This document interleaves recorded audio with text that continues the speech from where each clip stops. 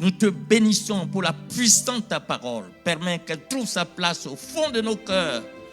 Qu'elle nous transforme à ton image pour ta gloire. Qu'elle brise les chaînes. Et que les Goliaths, Seigneur, qui influencent nos vies, soient égorgés par ta parole, soient brisés, parce que ta parole est une épée tranchante. Qu'elle agisse dans le nom de Jésus-Christ. Gloire à toi, Seigneur. Merci pour la victoire. Béni soit ton Saint-Nom. Au nom de Jésus. Amen. Alléluia. On acclame le Seigneur, il est fidèle. Hein? Le roi des rois, le Seigneur des seigneurs. Amen, amen, amen. Alors, on va prier ensemble. Tu vas prier pour toi, pour la parole. Alléluia. Prions ensemble. Merci, notre Dieu, pour ta parole. Ta parole qui ne retourne pas à toi sans avoir accompli son effet. Nous croyons à la puissance de ta parole. Parce que c'est cette parole qui a créé l'univers et qui soutient l'univers. C'est elle qui nous soutient. C'est par ta parole que nous vivons, Seigneur. Qu'elle puisse nous vivifier. Seigneur, puisse briser tout ce qui ne te glorifie pas en nous, Seigneur, au nom de Jésus-Christ. Merci. Au nom de Jésus. Amen. Alléluia. Alors, nous allons donc continuer notre sujet sur les saisons. Nous avons vu le dimanche dernier quelle saison? Hein? Les saisons dans la vie de David, le roi David. Alors, on a vu plusieurs saisons dans sa vie. On a vu les saisons de préparation. On a vu les saisons d'été, les saisons d'hiver, la saison d'automne, saison de printemps. Alors, ce que je voulais voir avec vous aujourd'hui, par la puissance du Saint-Esprit, nous voulons parler un peu de la saison d'été dans la vie de David. Alléluia. La saison d'été. Puisque on a vu brièvement toutes les saisons, nous allons parler aujourd'hui de la saison, d'une partie de la saison d'été. Alors, donc, notre texte sera dans 1 Samuel chapitre 17. Cette saison, on va parler de la foi face à Goliath, face aux géants de nos vies. Nous allons parler un peu des détails. Ça, c'est la saison de combat où David a affronté Goliath avec foi, sans armure. Cette saison est associée à l'été. Parce que l'été est la saison du courage et de l'affrontement. Vous savez que le climat d'été est propice à la bataille. Les gens qui se battent toujours, ils attendent toujours l'été pour bien... Parce que quand il y a l'hiver, il fait très froid, c'est difficile de se cacher, de se camoufler, c'est difficile de combattre. Alors donc on entend souvent les occasions d'été pour se battre beaucoup. Historiquement, les conflits militaires dans l'Antiquité, c'est comme ça se déroulait souvent en été. Parce que quand les routes étaient praticables, les récoltes terminées, ils attendent que tout soit bien fait et maintenant ils vont en guerre. Donc l'été symbolise une période de maturité, de force, de confrontation. Alors c'est le moment de l'été là, c'est en ce moment que nous voyons les fruits de la foi. Les fruits de la foi doivent être mis à l'épreuve. Et David face à Goliath, ce combat est le combat où la foi de David était à l'épreuve. David n'a pas vaincu Goliath par l'épée, mais il a vaincu Goliath par la foi. Il a affronté l'impossible et il a vaincu avec une seule arme qui est la foi. Donc c'est pourquoi nous allons parler un peu de la foi face à nos Goliaths. Alors cet après-midi, si tu vis une saison de combat dans ta vie, où tu dois te lever, tu dois affronter les géants, avancer avec foi, c'est que tu es probablement à ton été spirituel. Parce que c'est intense.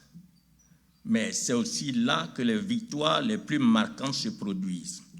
Les gens ont toujours peur d'avoir les combats, mais s'il n'y a pas de combat, comment tu peux vivre la victoire?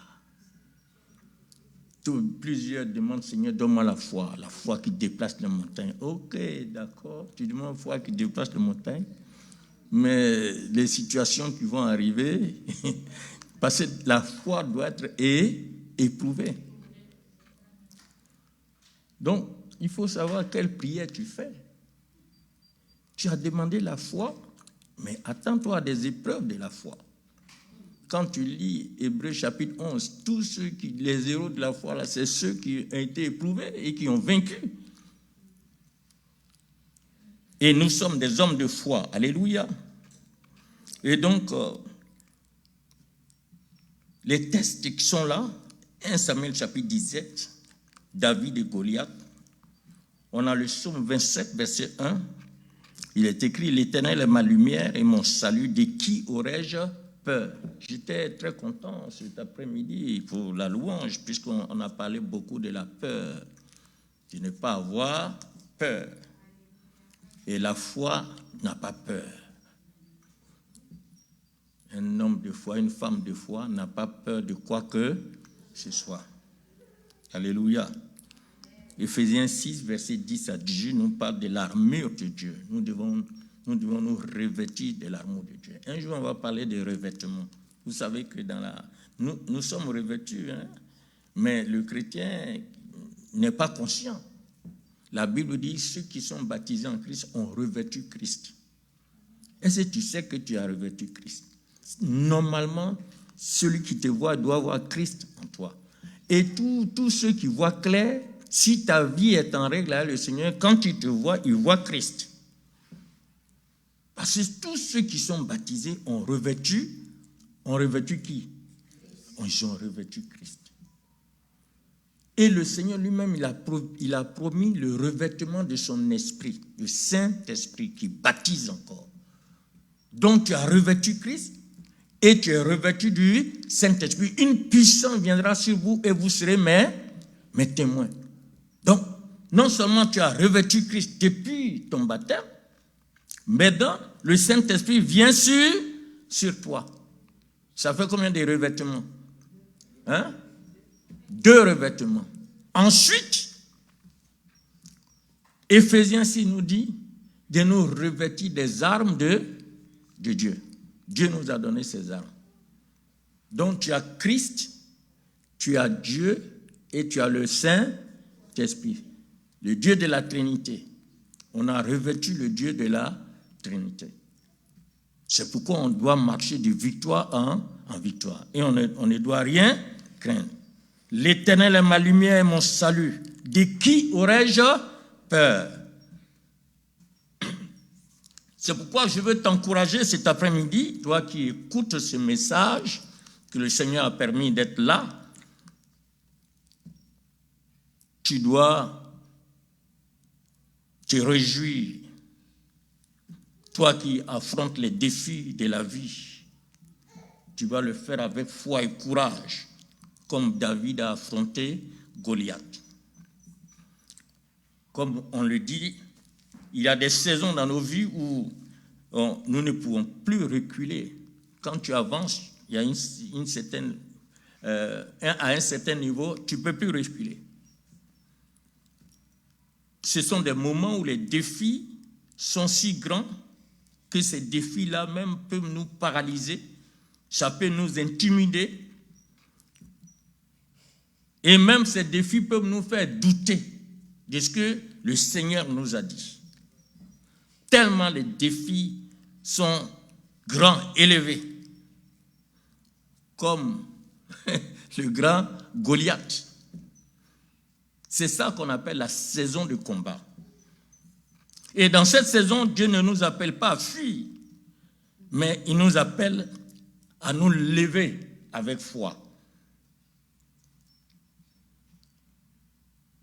J'ai vu des chrétiens qui, pendant leur saison de foi et de combat, ont déplacé le combat. Ils ont mis le combat sur les pasteurs, souvent sur les anciens, et puis tu ne les vois plus. Parce qu'ils sont en train de traverser une situation de combat. Mais tu vas où maintenant? Partout où tu vas aller, la saison va te poursuivre.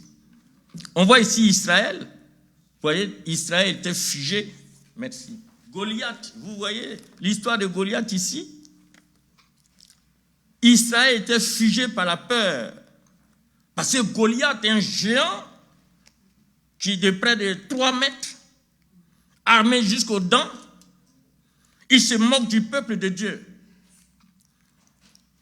Les gens vont au combat, ils sont bien prêts. Goliath sort. Goliath sort, il ne fait que parler. Et ses paroles suffisent à faire trembler toute la nation. Même le roi Saül.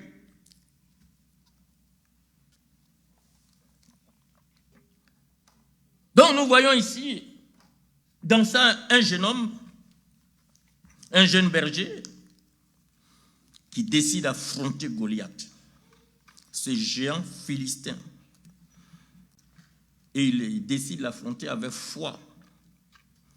Alors je voudrais qu'on explore cet après-midi comment nous pouvons appliquer cette histoire à nos propres vies et vaincre les géants qui nous font face.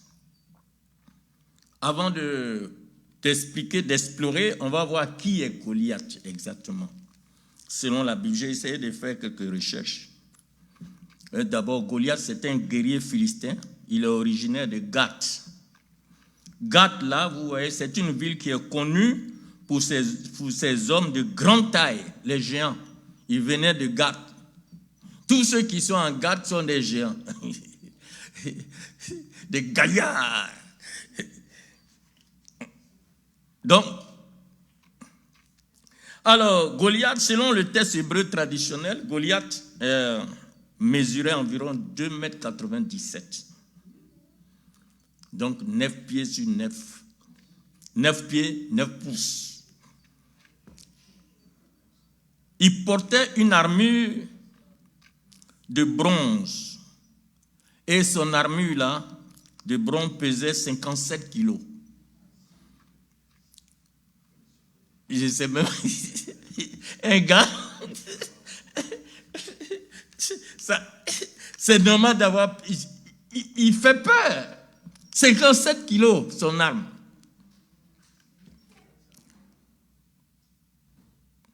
Le casque, la lance, dont le fer seul pesait plus de 7 kilos, sa lance. Et sans compter le bouclier qui était porté par un écuyère, parce que son bouclier, ce n'était pas lui qui le portait. Donc Goliath était l'incarnation de la puissance humaine. Goliath était l'incarnation de l'intimidation et de la confiance en soi. Un gars comme ça qui se présente, je vois pourquoi toute l'armée d'Israël disparaissait. Qui donc peut se présenter devant ce Goliath?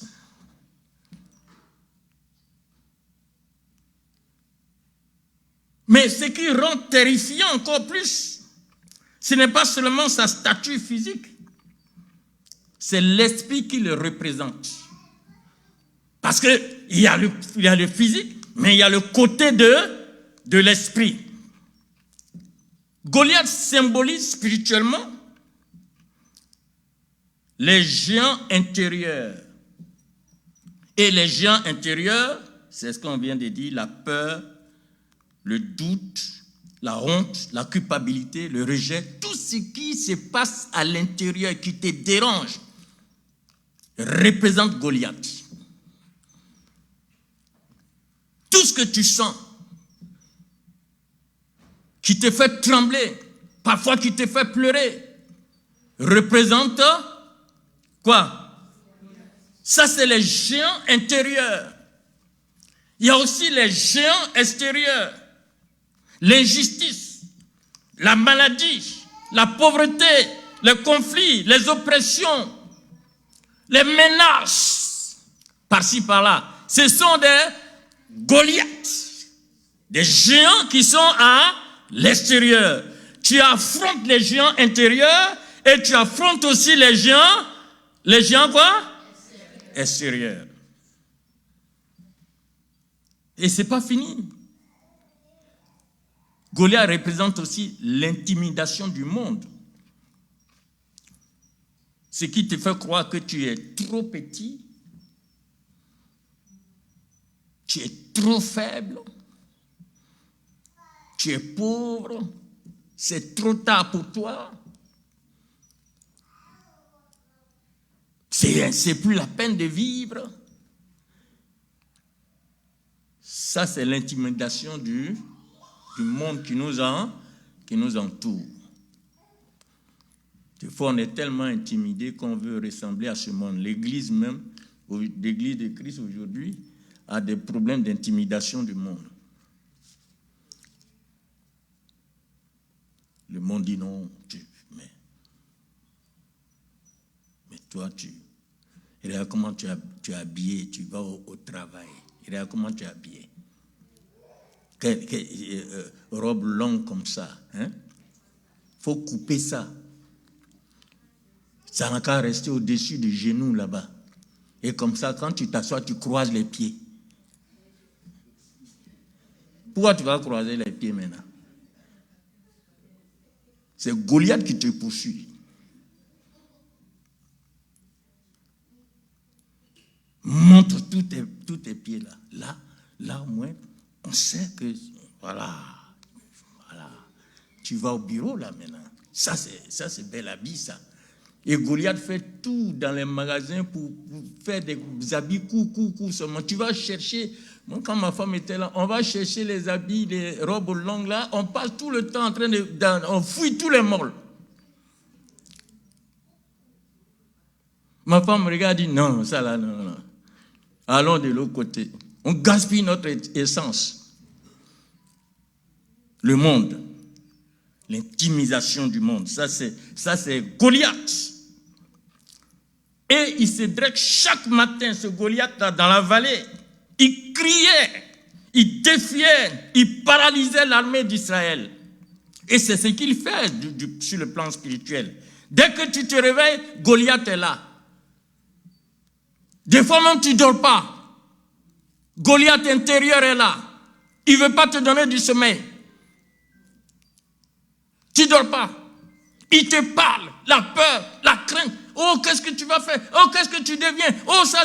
Oh, ça. Goliath te fatigue. Il te dit, tu ne peux pas gagner. Dans cette affaire-là, tu ne peux pas gagner. Mais ce que Goliath ignore, c'est que tu ne combats pas seul. Tu ne combats pas seul.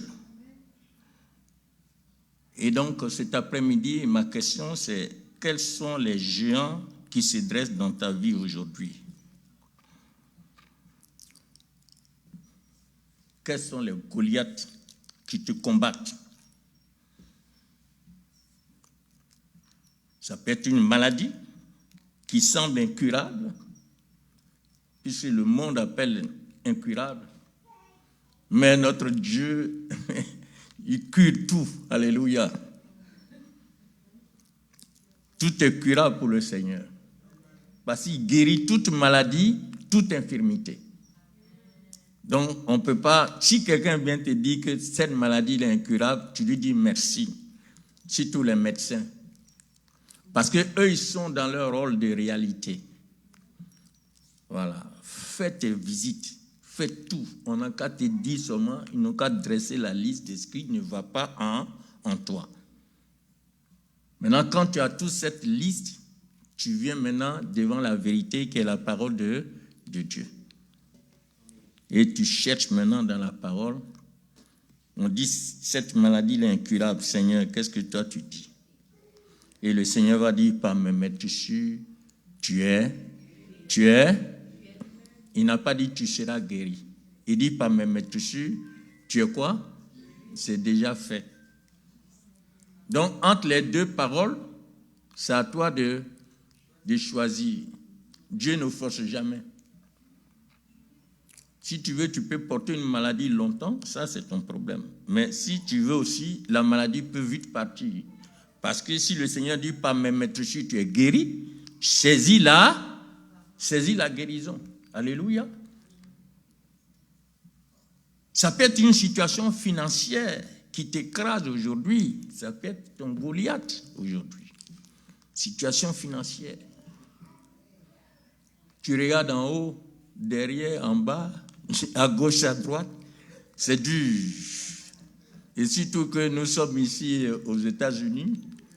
Les Bill qui ça défile seulement. Ce Goliath là aussi, il fatigue les gens. Dès que tu veux dormir, tu te réjouis un peu, il vient. Oh, mais tu n'as pas payé ça, tu n'as pas payé ça. Demain, qu'est-ce que tu vas devenir? Goliath te fatigue.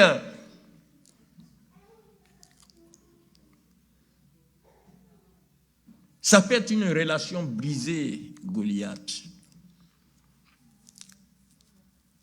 Tu as été tellement victime d'une relation que tu es complètement brisé. Et Goliath te fatigue. J'ai prié pour une sœur. Elle veut prier. Affaire de mariage, elle n'est pas dedans. Elle veut prier. Parce que Goliath la fatigue. La relation brisée, là, elle pense à ça à tout moment, à chaque moment. Chaque fois qu'un frère s'approche d'elle, elle pense déjà à sa relation qui a été brisée. Goliath est là pour l'empêcher de se marier. Goliath est là. Il est là. Il défie. Un autre homme encore, ça tu seras foutu. Hein? Ça là, pour cette fois-ci, là, tu seras découpé même en petits morceaux. Là, ton cœur même n'existera plus. C'est la mort maintenant complètement.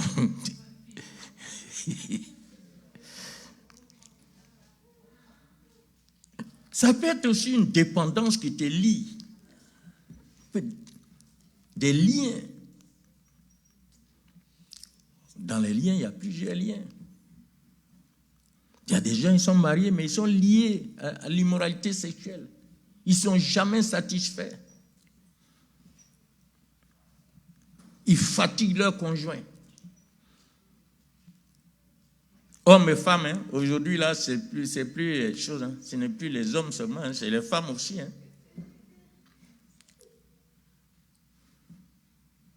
Toi, tu es ma femme. Moi, je te dis que c'était l'habit là, c'est telle tenue qui me plaît. Pourquoi tu ne veux pas porter et puis tu portes l'autre? Tu as peur à qui encore dehors là-bas? Je t'ai dit que ça là, moi je ne veux pas. Telle coiffure là, je ne veux pas. Tu dis non, c'est cette coiffure là que tu veux. Bon, toi tu veux ça là, c'est pour qui?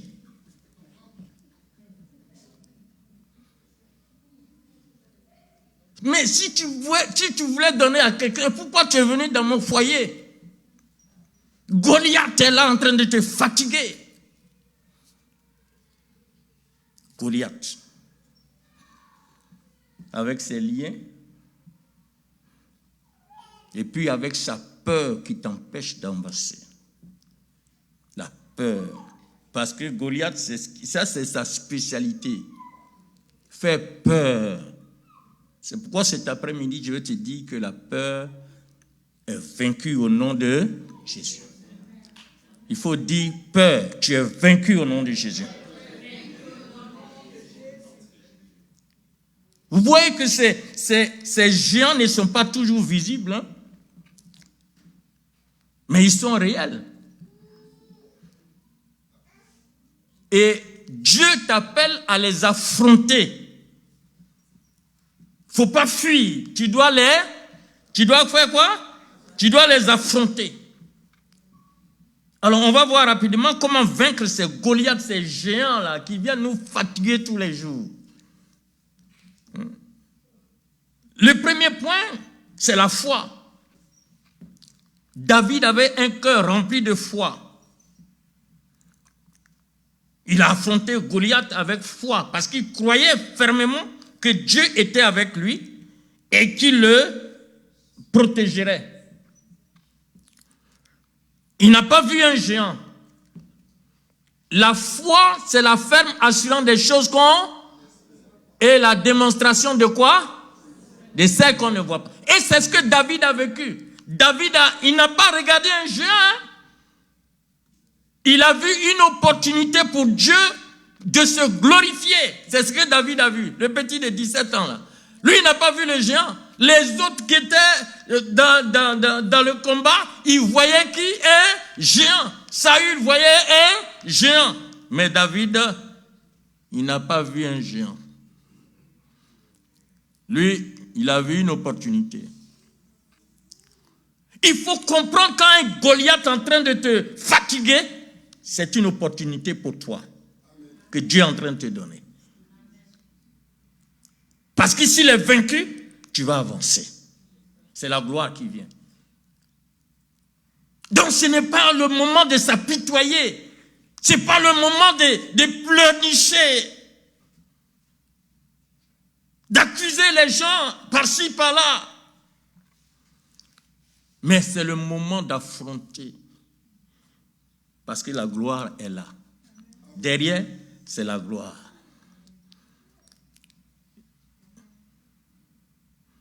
David n'a pas combattu avec l'épée de Saül.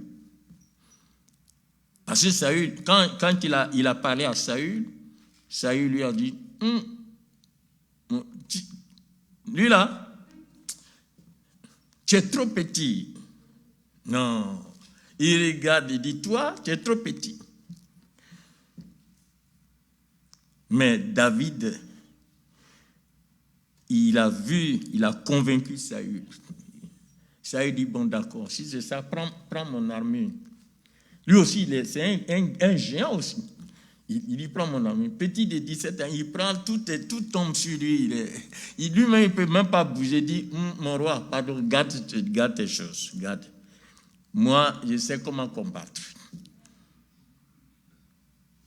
Il a combattu avec foi, avec la mémoire de la fidélité de Dieu. Parce qu'il a dit, quand je gardais mes brebis, là, les loups venaient, c'est Dieu qui m'a protégé. Le Seigneur qui m'a protégé là-bas, là, il va me protéger, je vais vaincre Goliath. Avec ma fronde, ce que je prenais pour chasser les loups, les lions, là, je vais vaincre David avec. Donc c'est avec la foi. Je vais vaincre Goliath avec. Alléluia. Tu viens, il dit au verset 45, tu viens à moi avec l'épée, la lance et le javelot. Moi, je viens à toi au nom de l'Éternel des armées. Ça, c'est ça la foi. Alors que le Seigneur, avant de partir, il nous a donné son nom, qui est au-dessus de tout nom, devant lequel tout genou fléchit dans les cieux, sur la terre et sous la terre. Et quand les Goliaths se présentent, on oublie le nom. Tu dois dire à Goliath, je viens contre toi au nom de Jésus. Parce que tout ce qui a un nom doit fléchir les genoux devant le nom de Jésus. Et si Goliath est en train de te combattre, de te terroriser, mais terrorise Goliath par le nom de Jésus.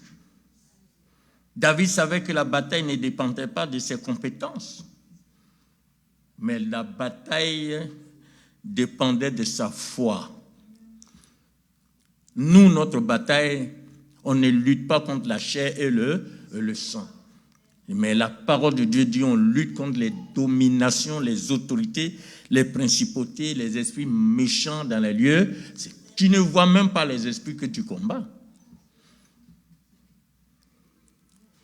Est-ce que tu as une fois vu les dominations, les autorités dont parle la Bible, les esprits méchants dont parle la Bible? Mais c'est par la foi que tu combats. C'est par la foi on chasse les démons. Des fois, quand le Seigneur, le Saint-Esprit veut, il peut t'ouvrir les yeux pour voir un démon. Mais souvent, les démons, là, même quand les yeux s'ouvrent, tu vois même, tu n'as même pas, tu demandes au Seigneur, il faut vite fermer mes yeux.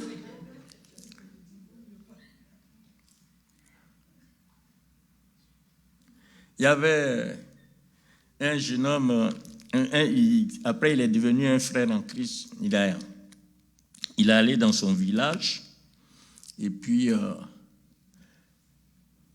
bon, c'est le jeune, hein, il a dit à son oncle, mais il paraît que les sorciers, la voix claire, tout ça là. Moi, je veux voir clair.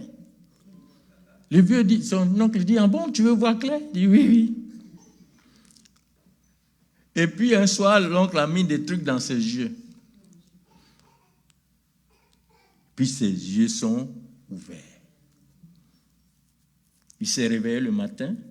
Il y avait une dame qui balayait. Vous savez, au village, hein, les gens balaient là, dans les cours. Là. Il a vu une femme qui... Et là, le matin, elle balaye sa cour normalement. Hein, tout le monde la voit en train de balayer. Il la voit et dit, mais comment tu balayes comme ça? Elle dit, qu'est-ce que tu fais? Le balai est entre ses... Comment on appelle ça? Hein? Entre ses fesses. Et avec ses fesses, elle commence à... Elle balaye. Il dit, mais comment tu balais comme ça? Elle dit, mais quoi? Tais-toi là-bas. Moi, je balaye, et puis tu me dis comment je balaye. Et puis, il y a une dame qui a l'habitude d'aller au marigot, elle met sa cuvette sur la tête, et puis elle va. Les matins, vous savez, chacun cherche à s'approvisionner. Et donc, la dame qui passe tous les matins, il voit la dame, sa tête en bas, ce sont ses pieds-là qui portent le truc. Il dit, mais tu fais quoi? Tu fais quoi avec ces pieds-là?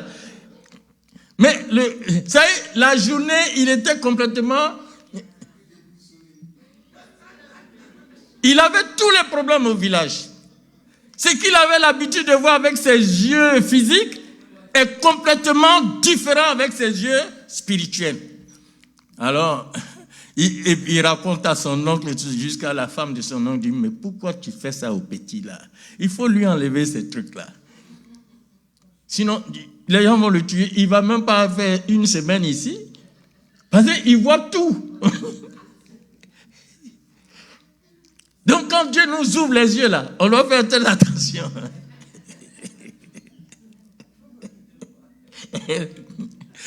Moi, c'est ma prière, hein? Mais vraiment, en même temps, je dis, Seigneur, attention.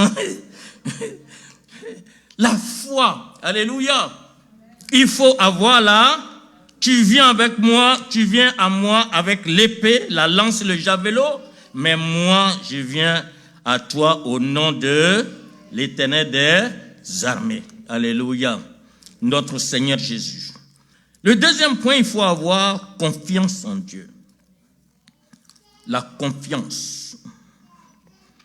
David a déclaré au verset 37, toujours 1 Samuel 17, il dit, David a déclaré que Dieu l'avait délivré des lions et des ours et qu'il le délivrerait également de Goliath.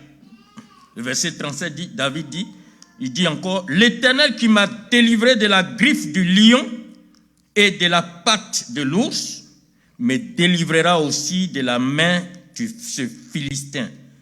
Et Saül dit à David, va et que l'Éternel soit avec toi. Parce que David a prononcé, il a vu la confiance que David avait en son Dieu. Il a regardé le petit là. Il dit, va, que l'Éternel qui t'a défendu jusqu'à là, qu'il soit avec toi. La confiance totale. Nous devons mettre notre confiance totale à la parole de Dieu, en Jésus-Christ. Si tu veux vaincre le Goliath, mets ta confiance dans le Seigneur. Alléluia. Mets ta confiance en lui.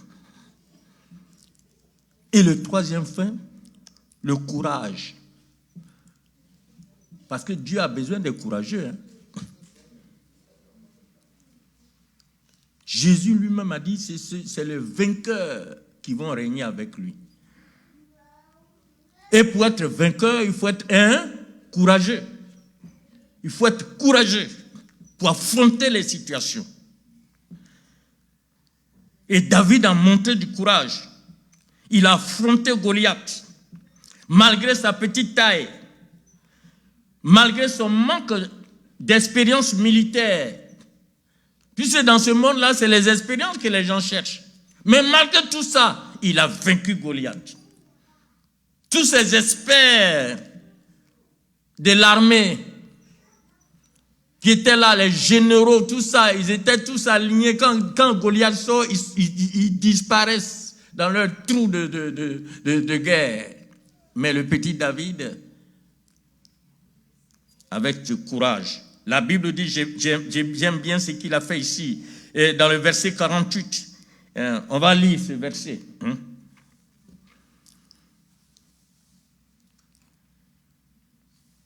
Alors, on va lire ensemble. Il a dit quoi? Alors, le verset dit quoi? Aussitôt que le Philistin s'est mis en mouvement pour marcher au devant de David, donc, bon, le Philistin a intimidé. Et David a dit, moi, tu viens contre moi avec l'épée. Moi, je viens contre toi, au nom de l'Éternel. Le Philistin, alors, s'est mis en mouvement. Vous voyez déjà son poids, sa taille. Il s'est mis en mouvement. Et on dit, aussitôt, que le Philistin s'est mis en mouvement pour marcher au devant de David. Qu'est-ce que David a fait? David courut. Alléluia, sur le champ de bataille à la rencontre du Philistin. David n'est pas resté là-bas à la défense. David l'a vu en train de venir. Il dit, moi je te dévance. Moi, je te dévance. C'est moi qui vais te dévancer. Toi, tu étais qui avec ton gros poids là. David a couru pour aller vers lui. Vous voyez, il a lancé sa fronde. Tu dois affronter. Il ne faut pas attendre. Il ne faut pas être à la défensive. Sur la défensive. Alléluia. Combat. Et David avait combattu. Donc le courage. Il a couru vers lui. Parce que la foi ne recule pas. La foi avance. Quand on a la foi, on avance. On ne recule pas. On n'est pas comme des petits enfants. Pour un petit truc où ta foi est éprouvée, où le Goliath vient, tu dois le battre pour avancer, tu commences à pleurnicher. Là, le démon qui est là-bas, il est là, il rit, il dit, voilà, je l'ai eu. Il n'a pas dit il peut. Non, David a vu le Philistin. Aussitôt, il a commencé à se mettre en mouvement, le Philistin. C'est comme ça, il effrayait les gens. David dit, moi, tu ne m'effraies pas. Hein.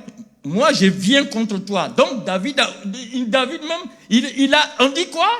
Ah, j'aime bien le verbe là. Il a fait quoi? Il a couru. Ça y est, il n'a même pas marché comme ça. Il a commencé à courir pour aller vers Goliath. Goliath était déjà battu même. Parce qu'il voit le petit en train de courir pour venir vers lui. Alors que sa lance avec des kilos. Mais il voit l'enfant, il dit, l'enfant n'a même pas peur, hein, il vient vers lui. Déjà, il a démoralisé qui? Il a démoralisé Goliath. Il faut démoraliser les démons. C'est Goliath qui vient te fatiguer. Dès que tu te réveilles, cours vers eux, combat-les, détruis-les, anéantis-les. Prends l'épée de l'esprit et coupe leur tête.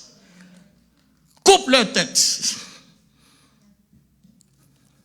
Le courage. Et pour terminer, David a combattu avec les armes de Dieu. Alléluia. Il a combattu avec les armes de Dieu. Comme je le disais tout à l'heure, Saül voulait l'équiper avec son armure. Mais David a refusé. Il savait que les armes du monde ne suffisent pas par peur de vaincre les géants spirituels. Les armes du monde ne peuvent rien. On ne lutte pas contre la chair et le sang. Donc c'est avec les armes. Il a revêtu les armes de Dieu.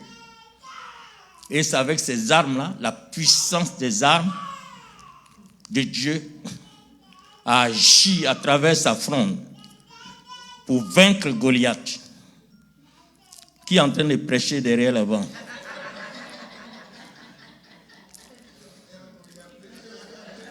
Alléluia.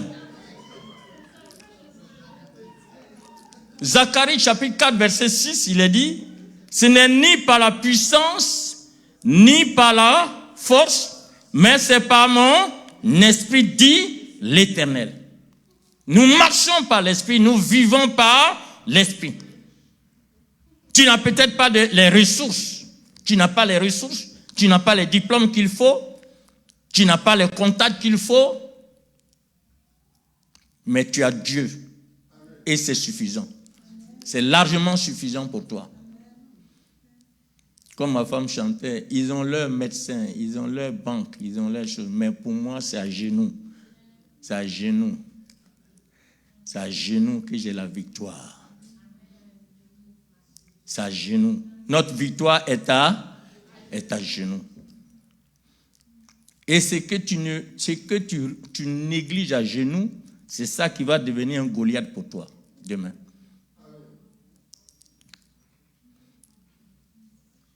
Tu as négligé une situation, tu t'es pas mis à genoux pour présenter, parce que tu es sacrificateur roi.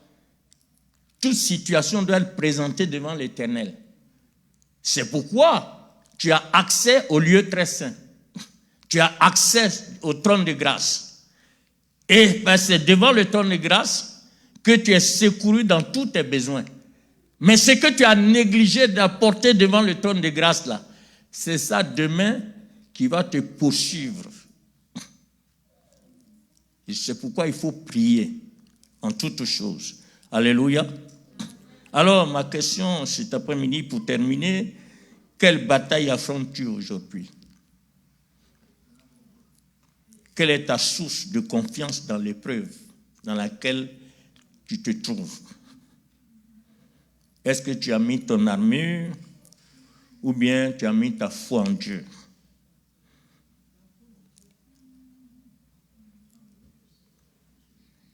Ta victoire est un témoignage. Il faut comprendre que ta victoire sera un témoignage. Donc, n'aie pas peur des géants de la vie. Parce que Dieu est avec toi. Et il te donnera la force et le courage de les affronter. Jésus a dit, je suis avec vous tous les jours jusqu'à la fin du monde. Des situations se présentent, les Goliaths se présentent, on oublie le Seigneur.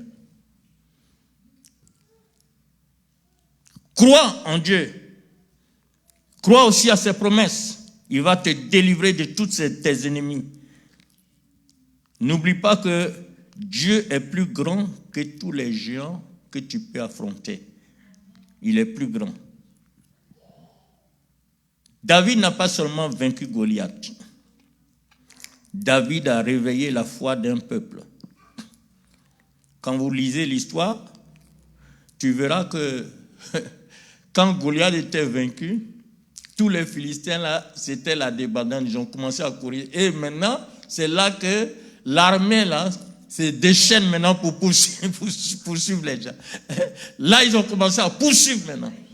Donc David n'a pas seulement vaincu Goliath, il a vaincu, il a réveillé tout le peuple, la foi du peuple. Ce peuple-là qui était en train de se cacher partout devant Goliath. Quand David a vaincu Goliath, ah là, ils se sont réveillés.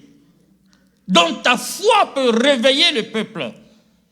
Tout ce qui t'arrive et que les gens voient, tout le monde voit. Demain, quand c'est débloqué, tu as vaincu David. Tout le monde va avoir la foi. On dit, la sœur là, c'est qu'elle avait vécu là. Mais le Seigneur l'a libérée. Et donc la personne, quand la situation arrive, Le Saint-Esprit te rappelle de la sœur ou du frère, comment le Seigneur l'a libéré. Et là, ta foi grandit. Et donc, le Goliath qui viendra là, toi-même, tu le poursuis maintenant. Tu le poursuis. Alléluia. Donc, ne crains rien. Ne regarde pas la taille du géant. Regarde la grandeur de ton Dieu. Regarde la puissance de ton Dieu. Regarde la gloire de ton Dieu. Ésaïe 41, verset 10 dit quoi? Ne crains pas, car je suis avec toi. Ne promène pas les regards inquiets, car je suis ton Dieu. Ne crains rien, je suis avec toi.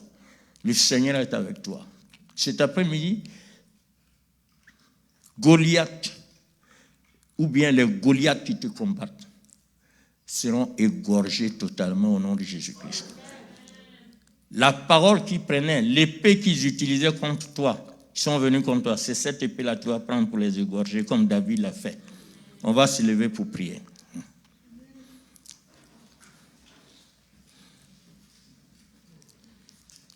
Dieu veut te bénir cet après-midi. Quels sont les Goliaths qui te fatiguent, qui t'empêchent de dormir? Les Goliaths qui t'intimident, qui te frustrent. Aujourd'hui, le Seigneur te donne la victoire. Le Dieu très haut te donne la victoire. Prions le Seigneur. Après, je vais vous donner quelques points de prière. Prions le Seigneur. Prie le Seigneur d'abord pour ce que tu as entendu, pour ce que tu as reçu. Alléluia. Prie le Seigneur. Ne regarde pas la taille du géant, quel que soit ce qu'on dit. La parole de Dieu est claire. N'appelez pas conjuration ce que ce monde appelle conjuration. Ne craignez pas ce que ce monde craint. Toutes les situations, c'est Goliath qui s'élève. Il s'élève pour que toi tu sois dans la victoire. Alléluia. Merci Seigneur. Gloire à toi Jésus-Christ. Merci Jésus. Alléluia. Merci Seigneur. Au nom de Jésus. Amen. Tu vas prier avec moi. Seigneur Jésus, donne-moi le courage de faire face à mes géants avec foi et assurance. Au nom de Jésus. Je refuse de fuir. J'ai choisi de croire en toi. Au nom de Jésus. Je viens à eux. Non avec mes forces, mais avec ton nom, ta puissance et ta fidélité. Au nom de Jésus-Christ. Que chaque géant tombe devant ta gloire. Au nom de Jésus-Christ. Père, je te donne de me protéger et de me délivrer de tous mes ennemis. Au nom de Jésus-Christ. Seigneur, je te demande de me donner la confiance en toi et en tes promesses. Je déclare que je ne suis plus et je suis plus qu'un vainqueur en Christ. Au nom de Jésus, je commande à tous les géants. Il faut citer ces géants-là. Allez. Les géants de ta vie, là, cite-les. Commande-les. Parle. Commande. Ordonne à ces géants de s'éloigner de toi. Détruis leurs œuvres. Prends l'épée de l'esprit. Coupe leur tête. Coupe la tête de ces géants. Nomme les noms et coupe la tête. Prends l'épée. Coupe la tête. Fais les gestes. Coupe la tête. Coupe la tête. Au nom de Jésus. Coupe la tête. Brise. Brise tous ces géants. Au nom de Jésus-Christ. Merci Seigneur. Je déclare que Dieu est avec moi et qui me donnera la force et le courage d'affronter tous les défis. À partir d'aujourd'hui, défis, vous êtes vaincus au nom de Jésus. Merci Seigneur. Alléluia. Que le Seigneur vous bénisse. Merci.